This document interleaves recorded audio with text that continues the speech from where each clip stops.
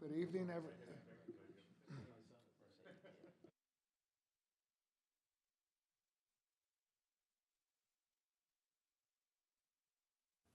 We have two public hearings. We will start this meeting with the Pledge of Allegiance. Jerry, could you lead us in the pledge? I pledge allegiance to the flag of the United States of America and to the republic for which it stands, one nation, under God, indivisible, with liberty and justice for all.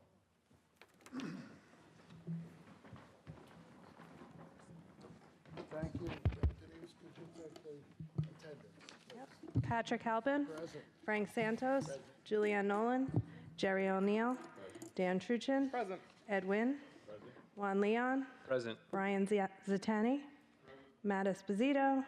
Rich Casey. Greg Gaxiola.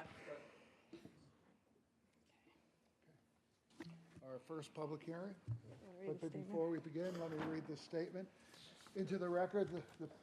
Pardon, is my mic on?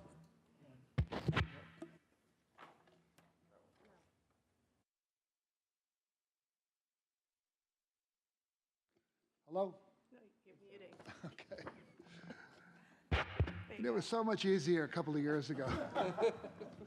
Anyway, let me read this statement into the record before we begin our public hearing. The planning board shall have the right to rely on any information that is presented by the applicant. If any such information is later found to be inaccurate or incorrect, the planning board may determine that any approvals, building permits, or other actions previously granted in connection with the application are null and void. Today's our first Public hearing, minor subdivision, job number 22-19B, New Developers, LLC, proposes to subdivide two parcels totaling 40,000 square feet into four 10,000 square foot lots in order to construct four two-story single-family dwellings. Okay. Who's here on behalf of the applicant? Good evening, Please Mr. state your name and Chairman. address for the record. Members of the board, Darrell J. Conway, 57 West Main Street, Babylon, New York, appearing on behalf of the applicant. Okay, Mr. Conway, the planning commissioner issued a memo dated March 7th regarding this application. Have you had the opportunity to review it with your client regarding the conditions for both Lot 1 and 2, as well as 3 and 4, as well as restrictive covenants for Lot 1, 2, 3, and 4? We have, Your Honor. Do you have any Mr. concerns or Chairman. any objections that you'd like to bring to our attention? Yes, I do. We do have an objection to the CNRs, which I would like to get to at the end of my presentation. And I'll explain the reason for our objection to the covenants and restrictions only. What are those? You can tell All right, us. well, I guess we'll start right away with them. First and foremost, this is as indicated in the memo from the commissioner. This is a 4-lot subdivision, a 40,000 square foot lot into four 10,000 square feet lots. The application is fully in conformance with all of the town zoning code and building codes. It's a B zone, which requires the 10,000 square foot area.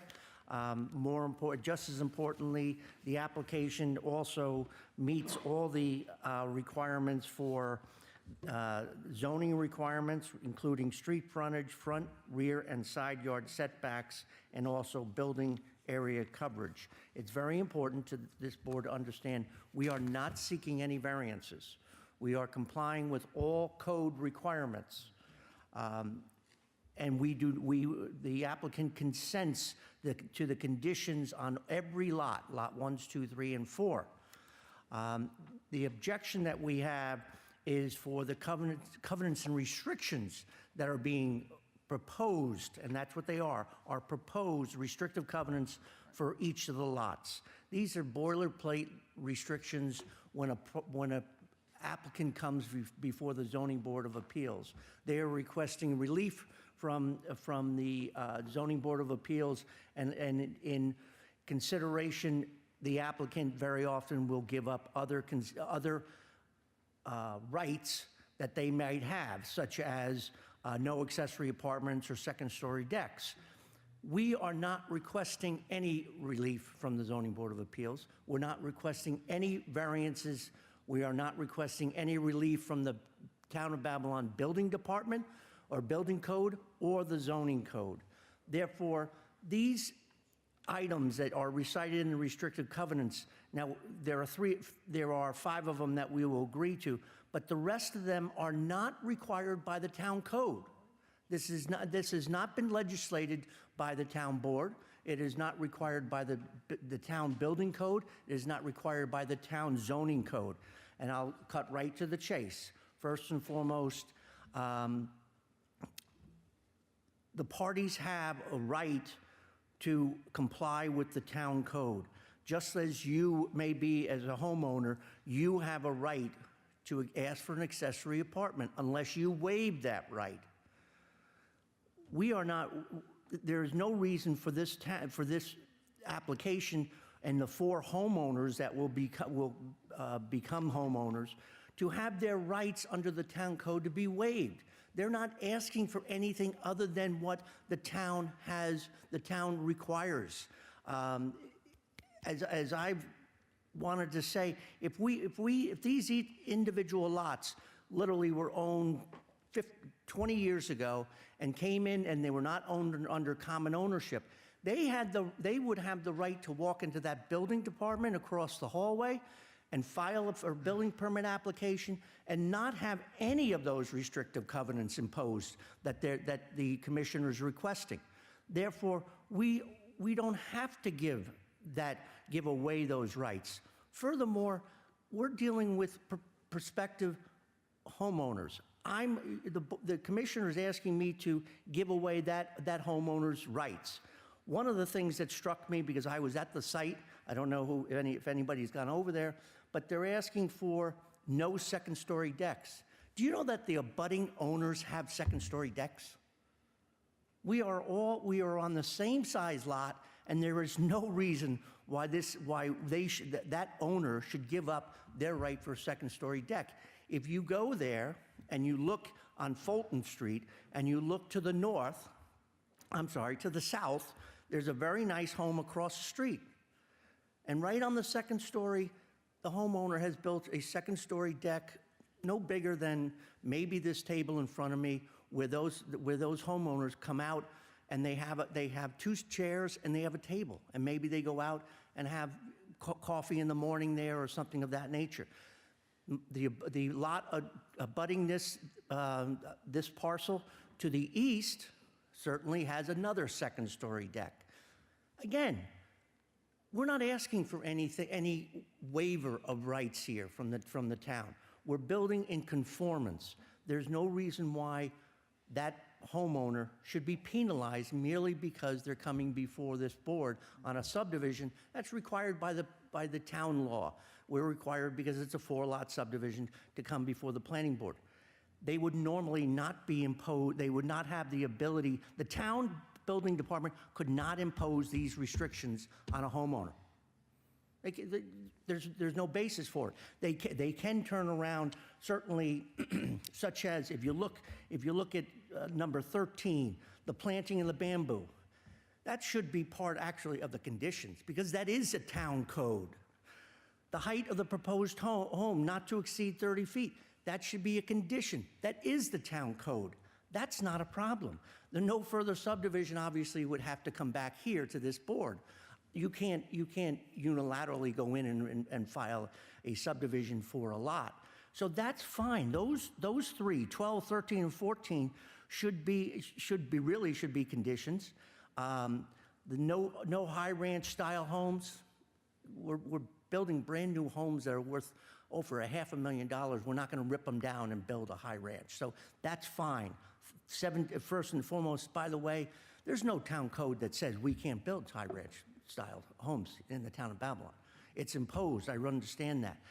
The no enclosure or front porch, the plans that you have in front of us don't have a front porch. So again, I go back to say that these 14 restrictive covenants are really just a boilerplate that they spit out when I say they, the planning department spits out when you're coming before the zoning board of appeals.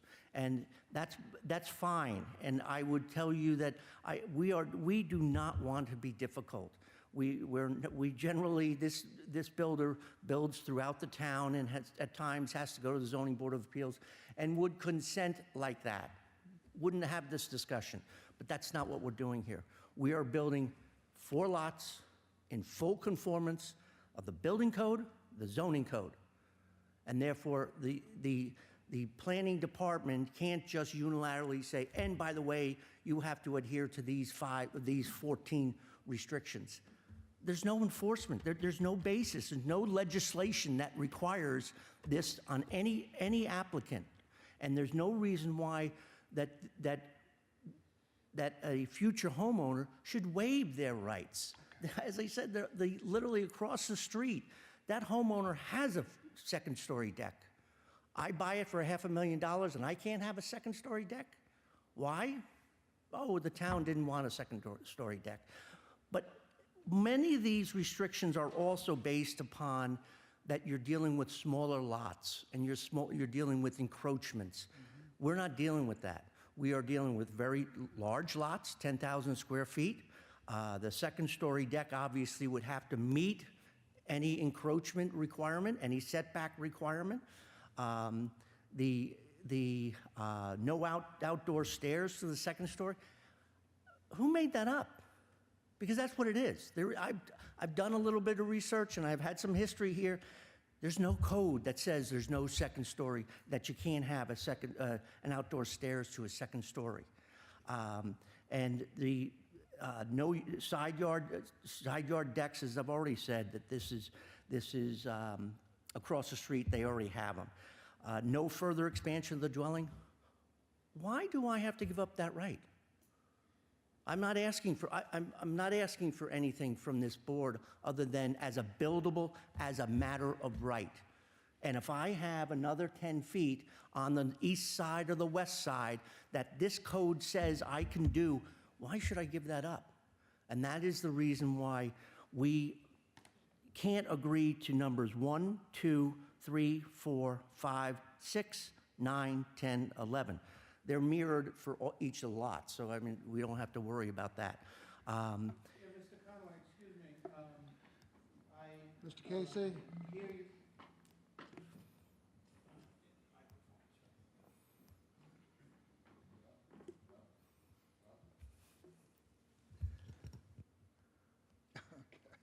Does that work?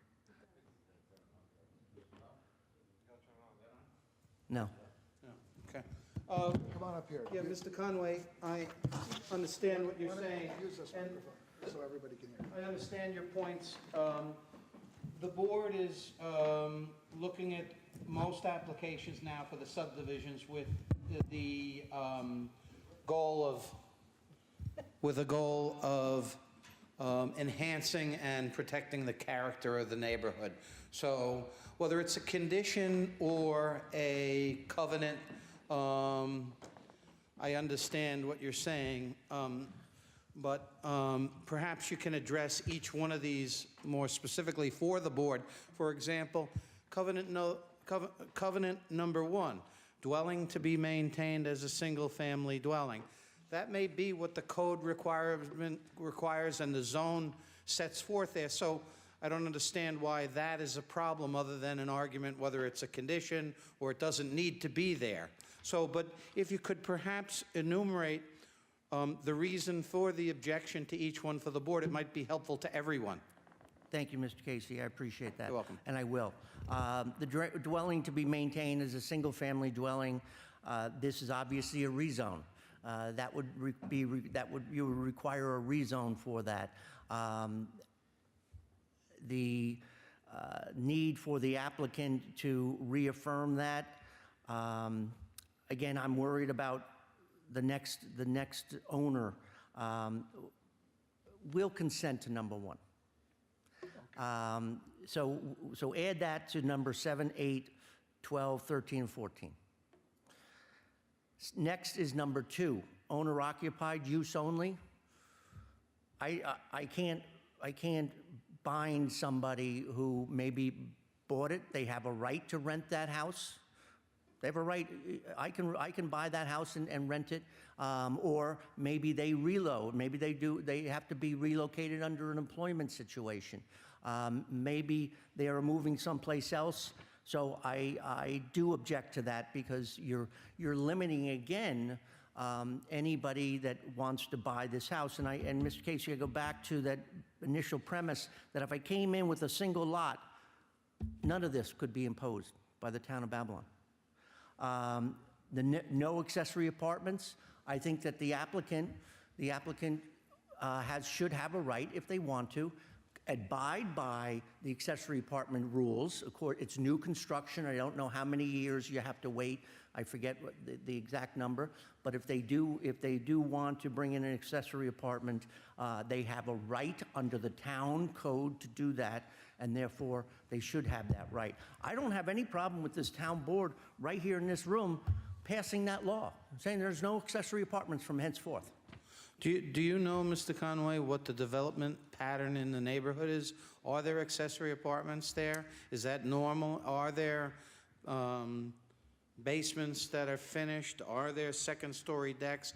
What is predominant in the area? I don't believe there are, again, I've been through that neighborhood for a couple of times, was there this morning.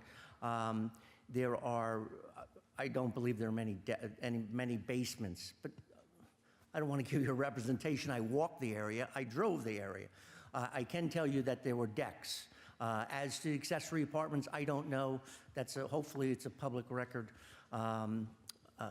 So with that, I can't affirmatively tell you 25% of the population has accessory apartments. Again, I don't want to waive that requirement for the future owner.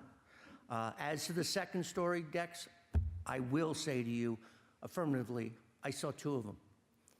And I'm not talking about a half a mile away. Literally 50 feet across the street on Fulton, and to the east, there was another but literally abutting this home.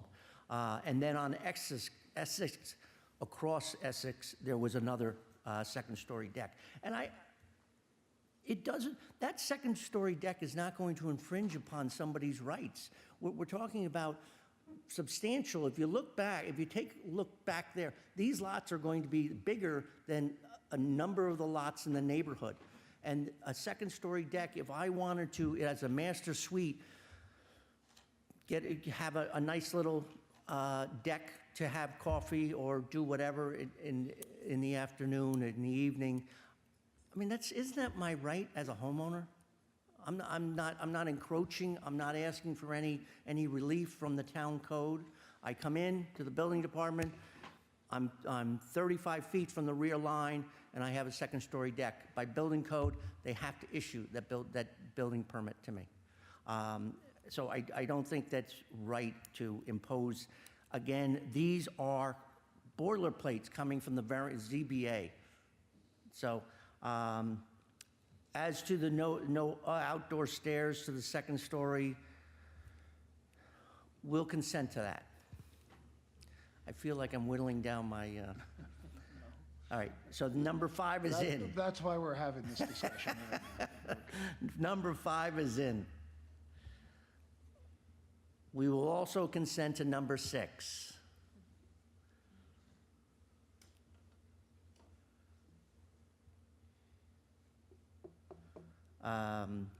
Number 7, we consented. 8, we consented. No conversion of garage space to living space, I think, is a red herring, personally.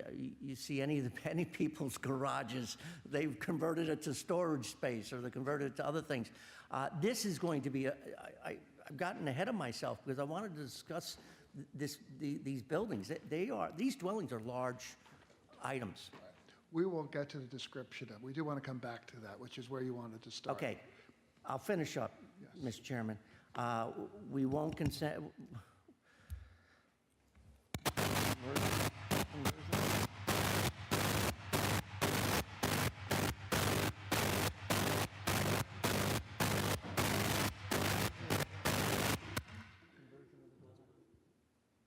that your client sending a message? I didn't have that earpiece in correctly, sorry. We will consent to number 9. Okay. All right. Number 10, we will not consent to no side yard decks, although in reality, when we do get to the building, the plans, you'll see that you can't really go out on the side yard decks. It would be anything, it would be a rear yard, second-story deck. And actually, that would also preclude somebody having a side yard first floor deck, and I don't think that's appropriate. That they should have to waive something that their neighbors have. There are decks, first floor decks in that neighborhood. And the last one, further expansion of the dwelling. It's a large unit. I just think it's improper to ask somebody to waive their rights to meet the town code. If they want to maybe blow out the back for something, fine, but I think they should be entitled to use the town code that's imposed by the town. And if that permits them the further expansion of the dwelling, that's fine. If we were coming in here for a 7,500 square foot lot in a B zone, I fully would understand that. Saying, look, you don't have the room that you need. But we are in compliance. So I think it's an improper request, so I can't consent to that. I think I've dealt with all 14. Okay. Thank you very much. Let's get to the presentation. So Thank you can you. lay out the subdivision, what you're contemplating building, and how the houses fit on each of the lots. Thank and you, the design. Mr. Chairman. If we could, yes, thank you, Mr. Esposito. As I said, I'm here on behalf of the applicant, New Developers LLC, 803 Belmore Avenue, East Meadow, New York. And with me tonight is Desmond D'Souza, the managing member. This is a 4-lot subdivision. 2 lots are facing Essex, 2 lots are facing Fulton. The identity of the parcel is District 100, Section 81, Block 2, lots 34.001 and 34.002. The total lot area is 40,000 square feet. It's proposed to subdivide this into 4 equal 10,000 square foot lots. It is Zone B residence. Currently, you don't really need to see that currently there is a residence on that lot. It's a rundown, yes, just as you see there, it's in the middle of the subdivision. So that is going to be demolished, removed, and 4 brand new dwellings will be replaced or will replace it. Each of the lots are in conformance with the zoning code and the building code of the town of Babylon. They're plotted so that they conform with each requirement, meaning the front yard setback, side yard setback, rear yard setback, and the street frontage. And again, there are no requests for any variances in this application. They are designed to look differently. The facades are designed different, as you can see from there. They have a different facade on the two that will be facing each street will have a different facade and roofing material and look. We are talking about a 2-story colonial dwelling with a 2-car garage.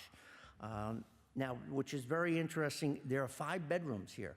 And what's interesting, why I say it's interesting, is that what the market has shown is that if you look at that right there, if you look, they're proposing a bedroom on the first floor. And it's interesting because what they're finding is that young families are actually moving in with their parents, with an elderly parent. And they are using the bedroom on the first floor because, of course, the parents, grandparents, whatever you want to call them, can't walk up the second floor. So what they've designed is a bedroom off the kitchen area. And it's really quite a change. Certainly 30 years ago, we were all running from our parents. And now it seems like society has brought them back in. So On the first floor, there's a kitchen, there's a dining room, a family room with a fireplace, a living room, and the bedroom, as I spoke, with a full bath, so that the parents can be there and have some privacy. They don't have to be walking upstairs to the second floor. There's a 2-car garage and obviously an entrance foyer. The second floor has 4 bedrooms, a master bedroom with its own bath, and then 3 bedrooms with another bath right in center, right by the staircase. The basement itself is going to be a cement basement, an unfinished, just cement walls. With that, I think we've reviewed in detail the issues of the covenants. As I indicated, the conditions are fine, or we will consent to them. Now with the revised number of covenants that we will consent, it leaves us with just those items that the applicant cannot consent. What this board does with it, I understand council will provide the appropriate opinion. But with that, we are ready to build. It's in the new area it's in the area with the new sewer system. So everything is connected to sewers, and as I said, this would be the only board that we have to go to. We would not be going to the Zoning Board of Appeals. Okay.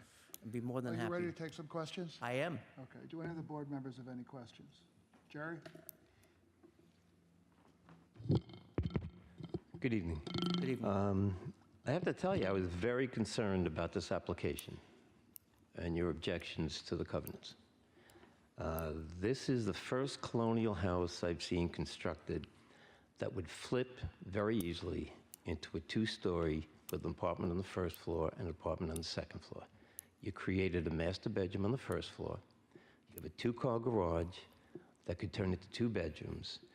Originally, you objected to a deck on the second floor and stairs leading up to it. There you go. 2 floors, 2 separate apartments. I think, and I'll go on record, I don't care, the town of Babel is much too liberal with the accessory apartments.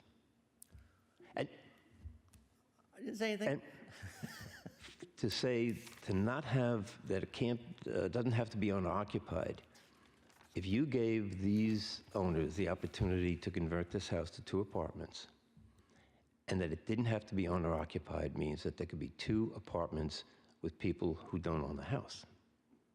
So, I'd ask you to give up the no accessory apartments. These houses look like they're going to be nice, big, beautiful, one-family houses. They should stay that way. They would certainly change the character of the neighborhood if they became 8 apartments in that one little spot. The stairs to a second-floor deck are a red flag for an apartment. I gave it up. I know. Well, I'm telling you, the tenor of the way this went had me going in the wrong direction. So I'm glad you gave up most of it.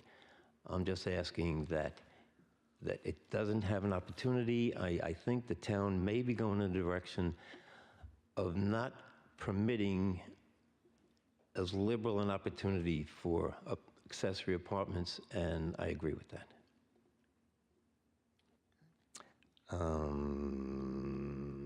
I think that did it. Thank you. Okay. Thank you, Jerry. Any other board members? No? Juan? No? Okay. If I may respond Yes, please, go ahead. appropriately. I don't even remember what I've given up here. We've already said It's okay. we're willing. We have a record of it. All right, we're in for dwelling to be maintained as single family? Right? So we're consenting to that. The town also has an obligation to enforce. Hold on. Dwelling to maintain that as a single fellow, you're agreeing to that or you're not? Yes. You agree to that? Okay. Okay. Oh, okay, go ahead. All right. I understand your position as an accessory apartments, and fine, come to the town board and change the rules. All I'm saying is that the planning department is changing the rules, That's arbitrary. You can't impose, this board is not a legislative board. You can't impose your regulations that aren't supported by a town code. And what I can tell you right now, this code enforcement is far better now than it was even 6 months ago. And yes, you could turn around and say, oh, well, we can't enforce the accessory apartments or dividing this house up. That's not true. The minute that complaint goes in, code enforcement is there within 48 hours. But the fact is, you can't use the lack of the ability of a town agency to enforce its rules as a reason why I'm not going to give it to you. And that's all my position is. Secondly, as to second-story decks, I offer you to go. You obviously have been you obviously viewed this site. When you're on Fulton, did you look to the south and you see that beautiful? It's a beautiful home, and they have a nice little second-story deck. Those. Are there stairs going to it? No, but I've given up the stairs. Okay, all right. So I'm conforming with that one. And as to non-owner occupied, one of the things you cannot have non-owner occupied two apartments. You can't, when they grant the accessory apartments, they're typically owner occupied. It has now to be. But now, I'm sorry, what I'm afraid is that we keep creating situations where there may be a complaint and then there has to be some enforcement. I think the effort here should be to not create a situation where you have to worry about a complaint or enforcement down the road. It isn't, okay, all right, you and I can agree to disagree. That's fine. Okay, Mr. Conway, are there any other questions from the board? If not, let's ask the public. I'm sorry, Julianne? Mr. Conway, what is the problem with just accepting all of the covenants and restrictions and allow your client to build and let the future homeowners come and fight their own battle on what they want to change the houses to? Because I don't have to give in to these covenants, these restrictive covenants. I don't have any, I'm not giving anything here. A board is not authorized to impose something that's not required by the town code. These are not required by the town code, and therefore I don't have to give it up. And that's my objection, is that this board is restricting the ability of the homeowners of these 4 lots, but not doing a darn thing on the homeowner next to me. So I spend $500,000 for my new home, and I'm looking up at the driveway at my neighbor who's having a cup of coffee on the second-story deck. Is that fair?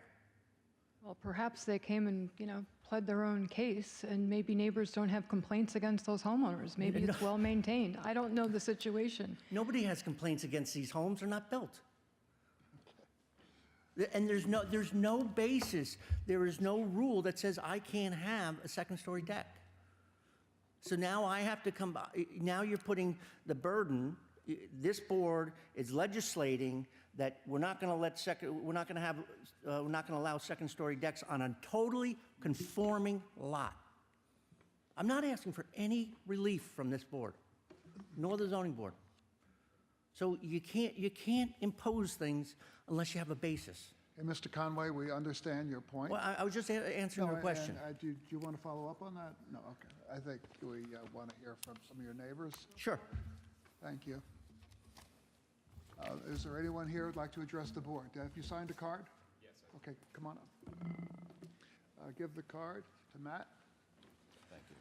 Please state your name and address for the record. Travis Stewart, 265 Fulton Street, West Babylon, New Do you York. swear to tell the truth, the whole truth, nothing but the truth? Yes. Please proceed. Good evening. My name is Travis Stewart, President of the Belmont Lake Civic Association. Thank you to the board for the opportunity to speak. On behalf of approximately 1,200 homeowners and 5,000 voters in West Babylon, I'm respectfully requesting that the Town of Babylon Planning Board postpone its decision on this project tonight until we can meet with the developer and have a full understanding of this multi-million-dollar project being proposed in our community. I prepared a letter here to invite the developer, and a copy for the town as well, to any of our upcoming civic meetings that meet his availability so that he can present his plans to our community. I also want to make sure that everybody understands, based on the comments made this evening, 100 by 100 is a standard in our neighborhood. That is not an exceptionally large lot. That's one thing. We have more owner-occupied homes than renters, okay? We do not have many basement accessory apartments. And very few of our second-story decks have stairs from the exterior. So I appreciate the board's consideration of our comments today. Okay, and as you heard, Mr. Conway, on behalf of his client, said there'll be no stairs. Right. Okay, but I appreciate you bringing that to our attention. If you want to give them the letter right now Yes. and So hand received. Thank you. hand a copy to Matt, so it becomes part of our record, we would appreciate that. And thank you for your good work Thank you. as head of the Belmont Lake Civic Association. Thank you. It's a very important organization in our town. Okay, who else would like to address the board? Sir, come on up. Did you fill out a card? No, I didn't. Okay, we'll give you a card. Do you have extras, Matt? Okay, good. I have a writing impediment right now. All right, with well, with my take your finger. time. You don't have to fill it out right now. It's going to look bad. No, after you speak to the board, just sit in the front or go back to your seat, fill it out, and give it to us before you leave. I please. will. Please state your name and address. for My the name is Elliot Anderson. I reside at 133 North Oregon Road in West Babylon. Mr. Anderson, do you swear to tell the truth, the whole truth, nothing but the truth? Absolutely do. Please proceed. Okay, I only have one question based upon, and by the way, the development, the enhancement into the community, those residents look pretty good to me. All right, so no issue with that.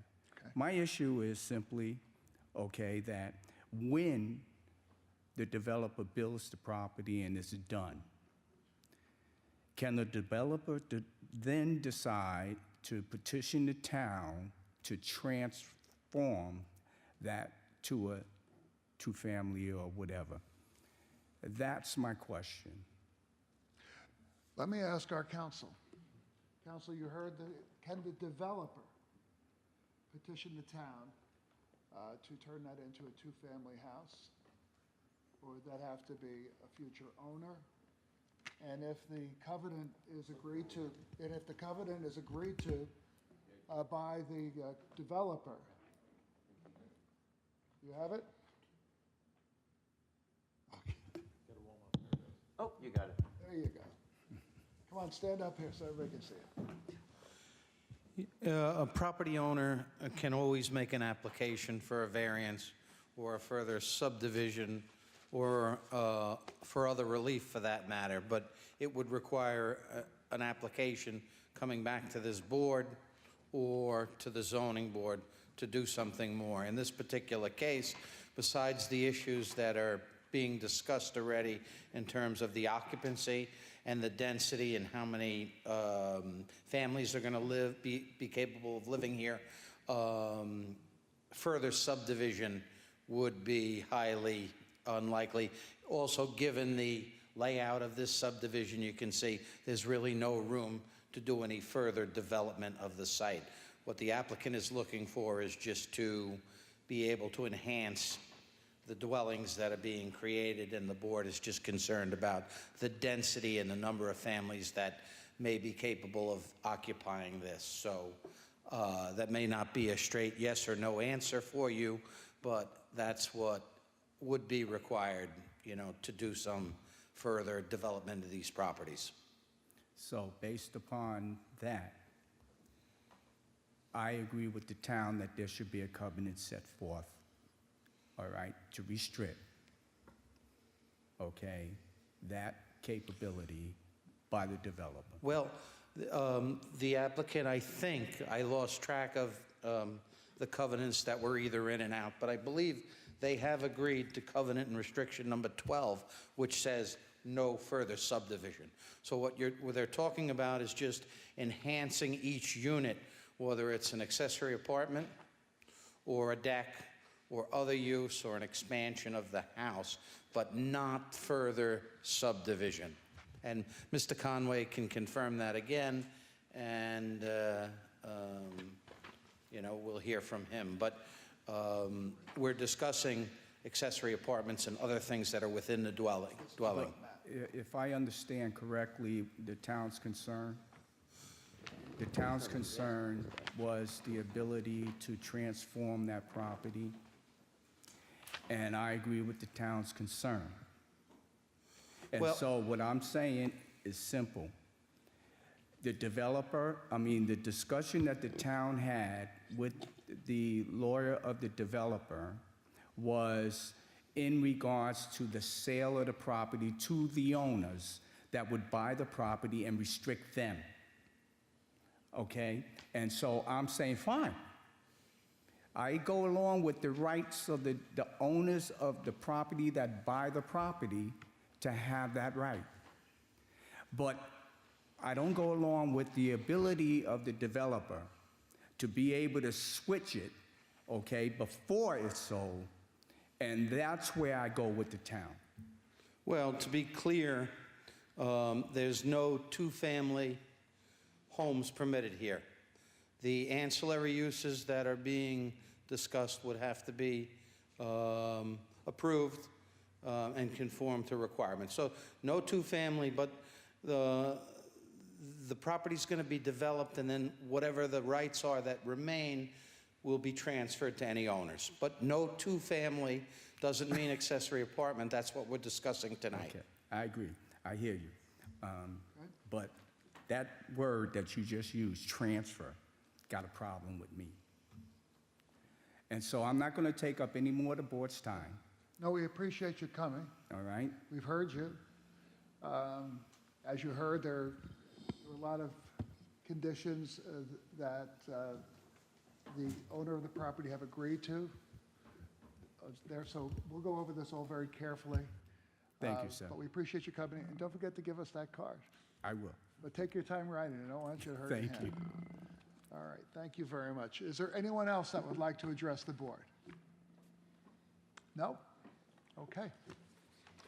Matt, where are we? Do you want to come in? If I could just. No, please. allay any No, come on up. fears. I'm sorry, I should have invited you back, Mr. Conway. Thank you. As you heard from the gentleman, Yes, and two things. Let's address the most recent. yes. We will consent, covenant restrict that the owner, the current owner, will not petition for change of zone to a two-family use. And I think that was the concern. Secondly, Mr. Stewart's letter is received. This is the first time we have received any correspondence or any interest from the association. We'd be glad to meet with them. Their next meeting is on, April 18th. I guess we missed the March meeting, April 18th. We'll sit down and we'll come to their association's meeting and address any concerns that they may have. Good. It's a very active civic association. is. I know they would appreciate learning about this development. Absolutely. And the investments being made. All right, Matt, where are we in terms of additional reviews, departmental, et cetera?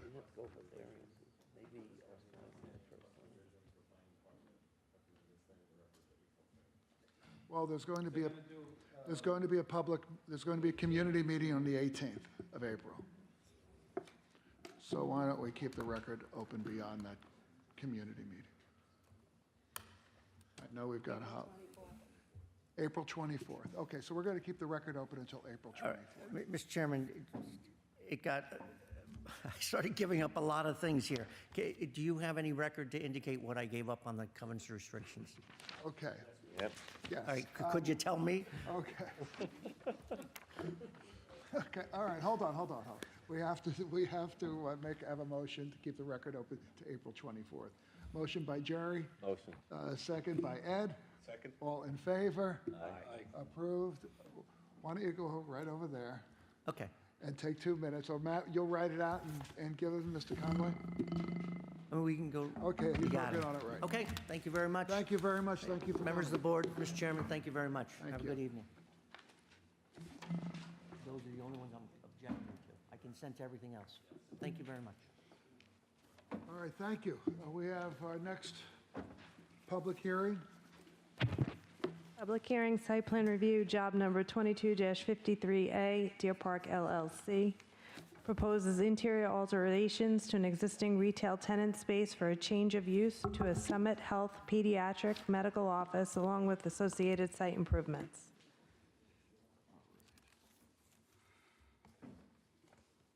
Who's here on behalf of the applicant? Bram Weber, Weber Law Group, 290 Broad Hollow Road, Melville, New York, for the applicant. All right, Mr. Weber, have you had the opportunity to review the memo dated the March 7th, 2023 by Commissioner Scuffle? Yes. Do you have any concerns regarding any of the conditions, covenants, or restrictions? No, we do not. All right, we're getting into this. No, it's okay. It's all right. We don't usually have such a lively conversation. No, look, I'm happy I saw it. It was very, very informative. Okay. No doubt about it. We're more than happy to hear. I'm always learning. Aren't we all? Yep. Always learning. All right, please, So, please Thank- proceed. Yes, thank you very much. I just want to say, with me tonight is David Lerner and Jason Lerner. They're the third generation owners of this property, and both just recently had young children, so there's a fourth generation coming up. The family's been a steward of this property for many, many years, as well as Lindenhurst Plaza, which you are all very familiar with. We also have Brian Natal, who is nice enough to come dressed in a suit and tie, so I'm not the only one tonight, from Summit Health. He is the Senior Vice President of Physical Asset Growth and Operations. So if there are any questions about the operations for Summit Health, we can certainly answer them. And we have Bob Nelson with us from Nelson and Pope, who worked on the site plan, as well as Osmond Barry, who did the traffic and parking analysis. Okay, before we begin, is the applicant seeking any variances from the zoning board? From the Zoning Board of Appeals, the only variance that we need is to increase our current parking variance by 27 spaces. That's it. We currently have a parking variance for 46 spaces. We need to increase that to 73 spaces, so it's an increase of 27 spaces. So that requires a variance. Correct. But for this board's purposes, the reason why we're here, we're not here for any use approval. Medical office is a permitted use in the district. We're only here because Matt Esposito said we had to come for site plan approval. That is it. He said, you haven't brought this property for site plan approval in quite some time, so now you have to come for site plan approval. Hey, it's always good to listen to Matt. Exactly, and as Matt will attest, we got one round of comments from the planning department, the other town departments. We've responded to them. We were requested mainly for additional landscaping to replace some dead landscaping and to add some shrubbery into the parking lot, into some of the parking lot dividers. All of that's been added to the plan. As we said, this is interesting. This is a medical office. It's not an urgent care. I know that the call was for a pediatric. It may be pediatric, it may not be. Currently, the floor plan shows for an ear, nose, and throat, and cardiology and allergy practice. So the allergy practice may be pediatric in nature, but this is a new concept for Summit Health, which is to bring full medical care into a retail environment. The shopping center, which is very popular, as it shows, this is replacing the Unleashed Petco and part of the Michaels. The rest of the Michaels has already been converted as of right to a Harbor Freight Tools. So this is a new concept to bring a medical office. It's by appointment only, so it's not urgent care, so there are set hours and set appointments.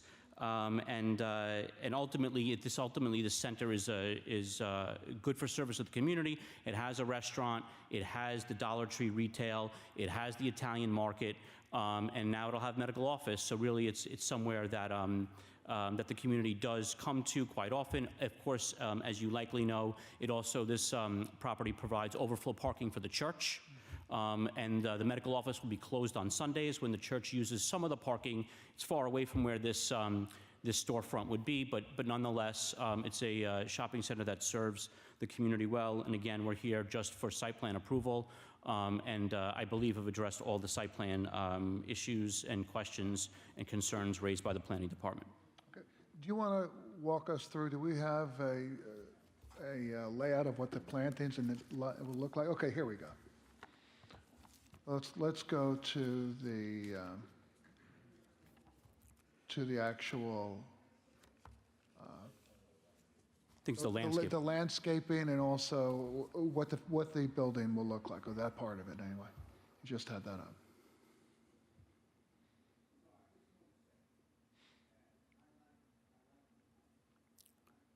So I can address the landscaping first. The landscaping shows new trees along Bay Shore Road, as well as, so there's 2 new elm trees proposed and 2 cherry trees proposed, and then 34 juniper shrubs proposed throughout. Okay. Oh, there we go. Okay. And Jerry, you want to see the elevations? There we go.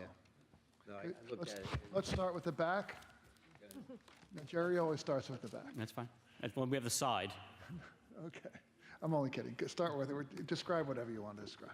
So, I mean, But he will ask about the back. no, that's fine. I mean, there'll be facade improvements. You can see what it is. You can see the existing Harbor Freight entrance, as well as the proposed Summit Health. It's proposed with as-of-right signage, and it's a corner end space, and the corner will, continue the facade as well as the existing brickwork. Okay. Turn to the board. Have any questions regarding Julianne? So my only concern is that you weren't sure if it was going to be pediatric ENT or cardiology tenants, and as far as any potential disposal of hazardous medical waste. So here's, the floor plan shows allergy, ENT, and cardiology, as these are the services it appears that the community most would like to see. The allergy likely will be pediatric in nature, but the cardiology and the ENT also could be pediatric in nature, cardiology unlikely. My understanding about the hazardous waste is really here, it's mostly needles for either blood draws or flu shots. I get my flu shot at my cardiologist, so the medical waste is all interior. It's not brought outside, and there's a service company that comes in and collects the waste inside the office. Thank you. Dan? So my question is, from the site plan, there's only a certain area that's being grinded and striped. I go to the shopping center a lot. So my question is, the main thoroughfare that passes between Deer Park Avenue and Bay Shore Road, there's a lot of issues with the striping and the potholes there. I don't see that getting fixed on this plan. That's something that I would like to see get fixed. It is going to get fixed. I agree with you. I noticed the same thing. It's not technically called out on the plan, but we've had internal discussions, and the agreement is, we talked about it, that the ownership is ultimately going to redo the parking lot. There's some ongoing, they're in a process of upgrading all the septic systems in the center. So when that's complete, they're going to repave the parking lot. Okay. Yep. Other questions? Juan? Jerry? To answer your question about the rear, Deer Park Villas has a very large pine tree barrier. They have a nice white PVC fence. I don't know if that's yours or theirs, but this shopping center is pretty well shielded from the residents behind that. Any other questions? No? Thank you. Is there anybody that wants to address traffic? No. Who's here for traffic? You want to talk about the parking briefly? Parking and traffic. Go ahead. You know, you're here. Yeah, I can talk We'll about do it. something. Warm up for the zoning Hello? board. Okay, good. Good evening, members of the board. My name Please is state your Osman. name and address for the Yeah, record. my name is Osman Barry with the firm Nelson and Pope with offices at 70 Maxis Road in Melville, New York. Do you swear to tell the truth, the whole truth, nothing but the truth? Yes, I do. Please proceed. Nelson and Pope was retained to conduct a parking assessment of the existing plaza to predict the parking demand of the proposed medical office. The plaza is located within the triangle formed by the intersection of Deer Park Avenue and Bay Shore Road. Within the plaza, there are 3 vacant stores, and the applicant is proposing to convert 10,812 square feet of the vacant space to a medical office. Based on the town code, with the proposed medical office, the plaza will require 369 parking spaces, and we are providing only 296 parking spaces. Therefore, we are requesting a parking variance for 73 parking spaces. It should be noted that the parking provided on Deer Park on the plaza is also utilized by the church through a written agreement for when the church needs additional parking. In support of our request for the parking variance, we collected parking counts at the center on Thursday, February 2nd from 10 a.m. to 9 p.m., on Friday, February 3rd from 11 a.m. to 8 p.m., on Saturday, February 4th from 10 a.m. to 8 p.m., and on Sunday, February 5th from 8 a.m. to 10 p.m. in 30-minute intervals. These times were selected to cover the peak operations of both the plaza and the church. In addition to the counts, we did spot counts on numerous occasions to make sure our counts are accurate, and we did find that the numbers are correct. Our data show that typically the current peak parking demand for the center is 176 spaces, meaning they're only using 60% of the parking. This equates to at least 120 vacant parking stalls during the peak period. Based on the town code, the medical office that is proposed and the remaining vacant retail space will require 111 parking spaces. Therefore, the 120 vacant parking spaces on site are adequate to meet the parking required by code for the proposed medical office and all the remaining vacant space. Based on our observation and analysis, it is my professional opinion that the 296 parking spaces provided will be adequate to satisfy the parking demand of the existing center, the proposed medical office, and all the remaining vacant retail space. That ends my presentation. I'll gladly answer any questions you may have. Thank you. Dan? Sorry.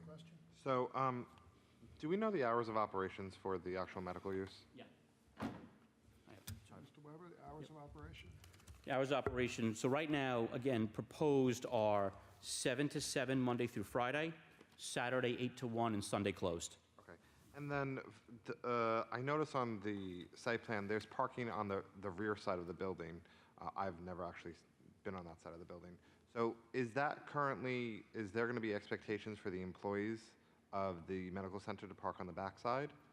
Or are they going to be using the front parking where customers should be parking? Yeah, the parking generally for employees is utilized in the back. Is there a policy in place or within the leases that require them to use that or restricts them? Is it a requirement in the lease? There's actually a requirement in the lease for them to use a section of the parking lot in front of the building. But they will be able to use some parking in the back of the building if they'd like to. Okay, so we did talk about this in preparation. So there is parking available for the rear of the building, but the parking immediately in front will be reserved operationally for patients. There is parking, as you can see, going further north, so there is parking available. I was corrected for in front, but as we talked about it in preparing for tonight's hearing, the employees are instructed not to park immediately in front of the storefront, and then there is ample parking, as you correctly point out, in the rear. And what's the expectation of number of employees for this? So right now, the anticipation is 10 employees at any one time. Thanks. Thank you. Are there any other questions regarding the parking? No? Okay, thank you very much. Thank you.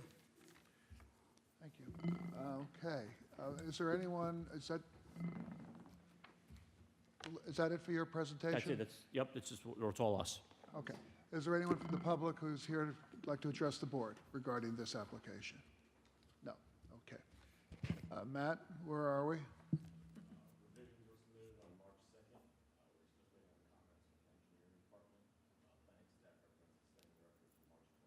To March 27th. Okay. Frank, you want to offer that motion? To 27th, second by Dan. All in favor? Approved. Thank you very much. Thank you. Thank you. Thank you. Okay, we're going to turn off the live stream and go into our work session. That concludes our